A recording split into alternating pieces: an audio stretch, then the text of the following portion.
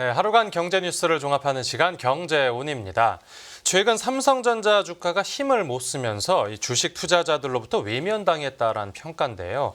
이 삼성전자가 편입된 상장 주식 펀드, 그러니까 ETF 상품도 인기가 시들해지면서 아예 삼성전자를 구성 종목에서 빼버리는 일도 빈번해졌습니다. 그 관련 내용 홍 기자의 뉴스 포인트에서 살펴봅니다. 지금 자리에 홍경표 기자 나와 있습니다. 안녕하십니까? 안녕하세요.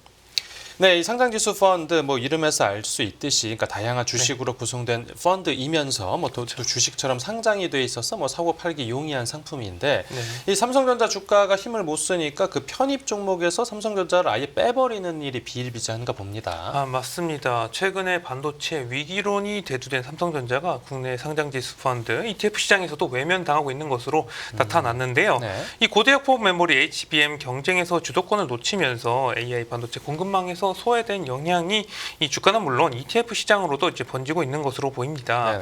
연합인포맥스에 따르면 연초 대비 지난달 28일 기준 이 삼성전자를 뺀 이 ETF는 상장 폐지 ETF를 제외하고는 모두 7개로 나타났어요. 네. 코덱스 K 메타버스 액티브, 코덱스 모멘텀 플러스 등 이제 전략 액티브 성향의 ETF 4개가 삼성전자를 구성 종목에서 제외를 했습니다. 거기다가 이 코덱스 배당 성장, 타이거 배당 성장, 코덱스 배당 성장, 채권 혼합 등 이 배당 성장형 ETF 같은 경우도 이 삼성전자를 ETF에서 제외를 했는데요.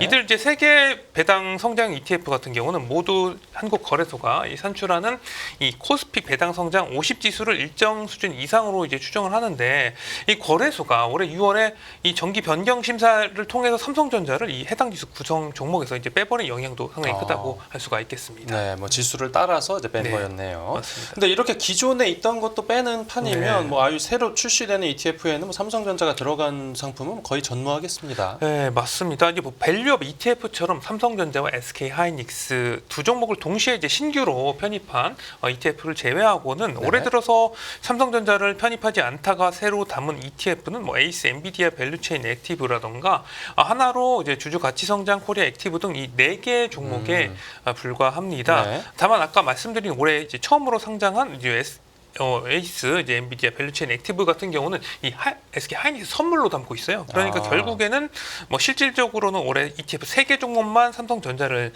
선택한 셈이 됐죠. 반면에 SK 하이닉스만 새롭게 편입한 ETF 같은 경우는 총 8개로 집계가 됐습니다. 이 중 4종목은 올해 신규 상장한 ETF인데요.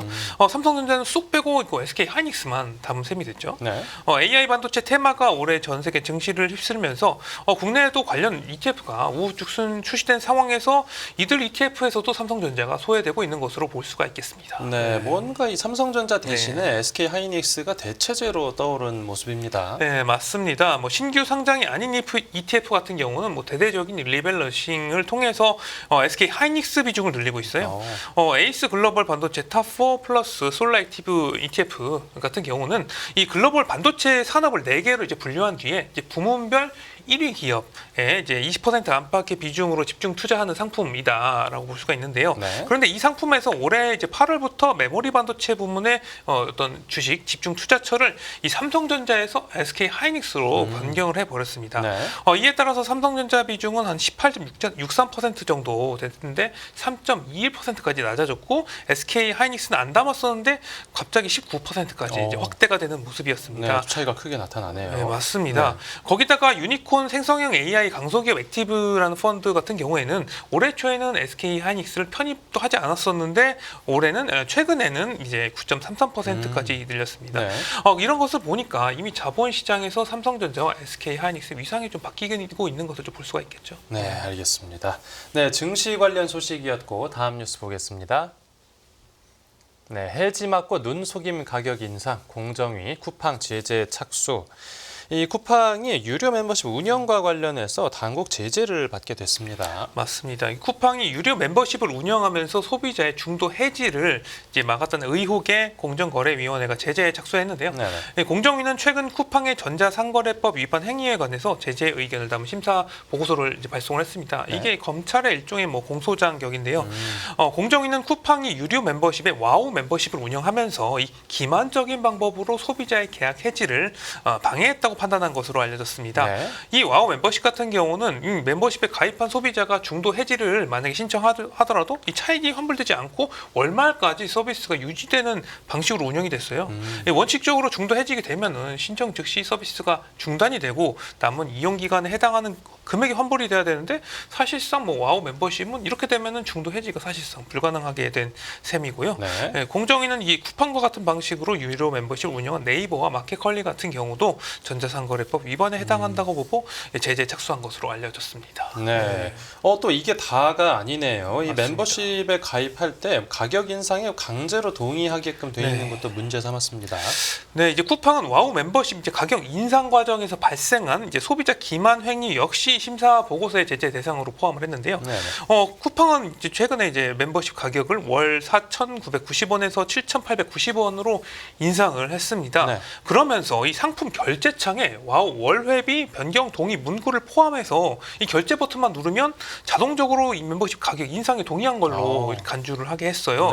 네. 공정위는 이 같은 방식이 소비자를 속이는 일명 다크 패턴에 해당한다고 보고 제재가 필요하다는 의견을 낸 것으로 알려졌습니다. 네, 또 뭐 양파 같이 까도 논란이 계속 나오는데 이번에 끼워 팔기 논란도 있습니다. 네, 맞습니다. 이 쿠팡이 와우 멤버십에 쿠팡 플레이와 쿠팡이츠 배달 무료 배달 서비스를 끼워 팔았다는 의혹도 조사를 받고 있는데요. 네.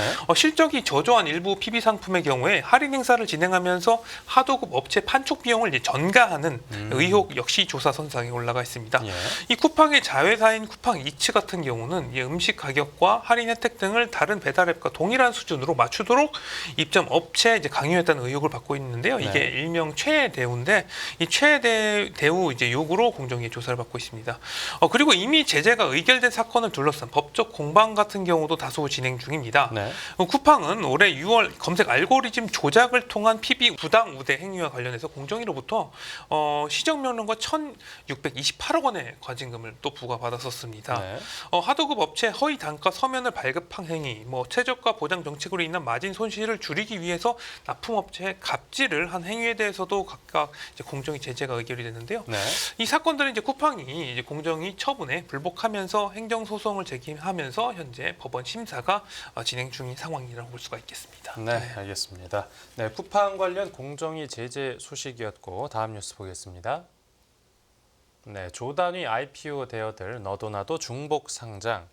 이 상장을 추진하고 있는 회사 상당수가 이미 모 회사가 그 증시에 상장이 돼 있는 상태인 걸로 확인이 됐다고요. 맞습니다. 최근 대규모 IPO를 추진하는 기업들 대부분이 이미 모 회사가 상장된 중복 상장에 해당하는 것으로 나타났습니다. 예. 현재 코스피 신규 상장 심사가 진행 중인 기업은 LG CNS와 DN솔루션즈, 롯데글로벌로지스, 달바글로벌 등 4곳인데요. 네. 이 중에서 달바글로벌을 제외한 3곳은 이미 모두 모 회사가 국내 증시에 상장돼 있습니다. 네.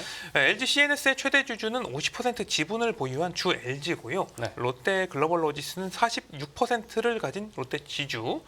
DN솔루션즈의 최대 주주는 특수 목적 법인인 GMT 홀딩스라는 곳인데 네. 이 GMT 홀딩스는 상장사인 DN 오토모티브가 100% 지배를 하고 있습니다. 네.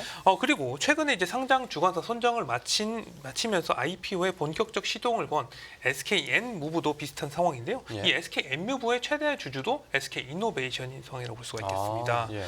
거기다가 지난달에 수요 예측 부진으로 IPO를 중단하면서 내년에 재추진을 선언한 이 K뱅크 같은 경우도 모 회사 BC카드의 최대 주주가 또 상장사 KT고요. 네. 근데 이렇게 중복 상장이 되면 어떤 문제가 발생하는 겁니까? 네, 이제 국내 자본시장이 이례적으로 높은 중복 상장 비율은 이 코리아 디스카운트의 주요 원인 중 하나로 지목이 되고 있습니다. 네. 중복 상장이 좀처럼 이게 줄어들지 않고 있다는 진단이 나오고 있는데요. 예. 상장 후에 수조 원의 시가총액을 노리는 이들 기업은 모두 이제 중복 상장에 대한 어떤 지적에 피해가기 좀 힘들다고 볼 수가 있겠습니다. 네네. 이제 IBK 투자증권에 따르면 국내 증시 중복 상장 비율이 한 18.43%에 달하는데요. 네. 미국이 0.35%, 중국이 1.98%, 일본이 한 4.38%, 대만이 3.18%에 이게 비교해서 상당히 우리나라가 높은 편이라고 할 수가 있겠습니다. 예. IBK 투자증권은 자회사의 가치가 독립적으로 유통시장에서 평가가 된다고 하면은 투자자들이 모 회사가 보유한 자회사 지분 가치를 할인해서 평가한다 이렇게 분석. 분석을 했습니다. 네. 이 때문에 이제 글로벌 스탠다드는 상장사가 중복 상장을 이제 제거해서 주주 가치를 제대로 평가하도록 하는 것이다. 이렇게 봤는데요. 네. 이제 앞서 자본시장 연구원도 실증 분석을 이제 거쳐서 자회사 상장 이후에 모회사의 기업 가치가 유의미하게 이제 하락했다고 결론 내린 바 있습니다. 네네. 네, 아울러 이제 같은 그룹 내에서 여러 상장사가 존재하면은 이제 지배주주와 일반 주주 사이에서 또 이해 상충 문제도 불거질 수가 있고요. 네. 최근에 이제 두산밥켓과 이제 분할 합병 논란이 그 사례라고 또 볼 수가 있겠습니다. 네. 이에 대해서 이제 중복 상장을 추진하는 기업들은 뭐 자회사가 계속 비상장 상태로 남아 있었다고 하면은 기업 가치를 제대로 이제 평가하지 못했을 것이라고 주장하기도 해요. 또 뭐 자회사의 가치를 높게 평가받으면은 지분을 보유한 모회사 입장에서 너무 긍정적이라고 또 이유를 이야기하기도 합니다. 네. 뭐 그래서 논란이 있는 건데. 맞습니다. 그런데 이런 중복 상장 문제가 이제 과거에도 불거진 사안인데 그렇죠. 뭐 당시에는 해결이 제대로 안 됐나 봅니다. 네, 뭐 2021년부터 2022년 대기업 계열사들의 어떤 중복 상장이 이어지면서 이에 대한 비판이 상당히 거세진 바 있었습니다. 네. 그런데도 이제 다시금 이제 중복 상장이 꼬리에 꼬리를 무는 이제 모양새라고 볼 수가 있겠는데요. 예. 정부가 2022년 상장 심사 강화와 반대 주주, 뭐 주식 매수 청구권 부여 등을 통해서 대책 마련에 나섰으나 이는 이제 물적 분할 기업에만 해당을 해서 중복 상장 자체를 막는 효과는 크지 않았습니다. 네. 그리고 작년에 뭐 공모 규모 1, 2를 기록한 두산 로보틱스와 에코프로 머티리얼즈 모두 중복 상장에 해당이 됐었고요. 예. 이제 올해 최대 IPO로 기록된 HD 현대 마린 솔루션도 마찬가지였습니다. 이제 시장에서는 이제 자회사 지분 가치만큼도 평가를 갖지 못하는 이 상장사가 국내 많다면서 이제 중복 상장이 줄지 않는 상당히 우려를 표하고 있습니다. 네, 알겠습니다. 네, 오늘 뉴스 포인트는 여기서 정리하죠. 잘 들었습니다. 감사합니다.